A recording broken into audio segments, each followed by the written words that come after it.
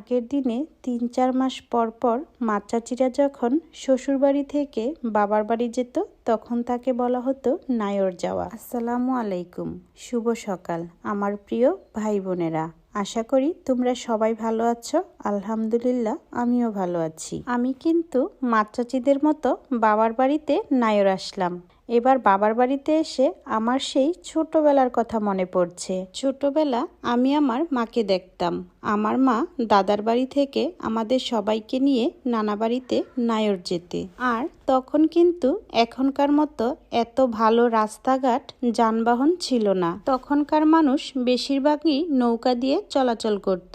আমরাও তখন আমার নানা বাড়িতে বেশিরভাগই নৌকা দিয়ে গিয়েছিলাম। আর আমার মা যখন নানা বাড়িতে নায়র যেত তখন প্রায় 1 মাসের মতো থেকে আসতো।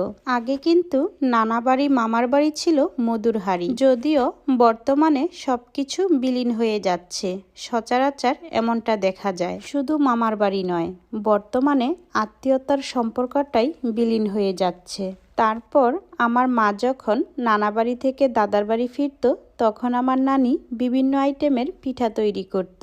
আর সেই পিঠাগুলো বড় একটা বোল বা পাতিলের মধ্যে দিয়ে একটা পোজা তৈরি করত। তখন তাকে বলা হতো পিঠার পোজা।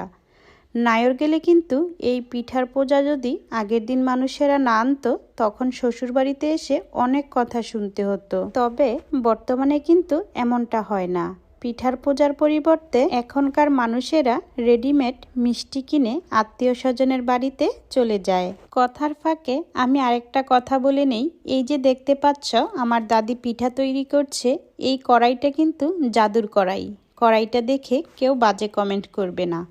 দাদি যে জায়গায় পিঠা তৈরি করতে যায় এই কড়াইটা নিয়ে তারপর পিঠা তৈরি করতে যায়। এই কড়াইটাতে দাদি অনেক বছর যাবৎ পিঠা তৈরি করছে, যার কারণে এই কড়াইটা পুড়ে গেছে, তাই দেখতে এমন দেখাচ্ছে।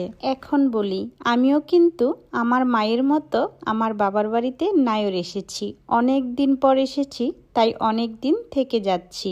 আর আমি চলে যাব বলে আমার ভাবি, আমার বোন, মা, দাদি সবাই মিলে বিভিন্ন আইটেমের পিঠা তৈরি করছে। আমিও পিঠা তৈরি করছি। আমি চেষ্টা করছিলাম একটা মাছ পিঠা তৈরি করার জন্য।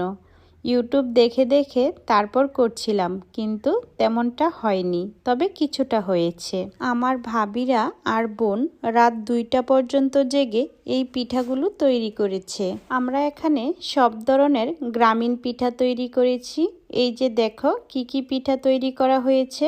এখানে রয়েছে মেরা পিঠা বা গোটা পিঠা, যে যাই বলো না কেন, রয়েছে বিরান পিঠা, চিতই পিঠা, পুলি পিঠা আর হচ্ছে মাছ পিঠা।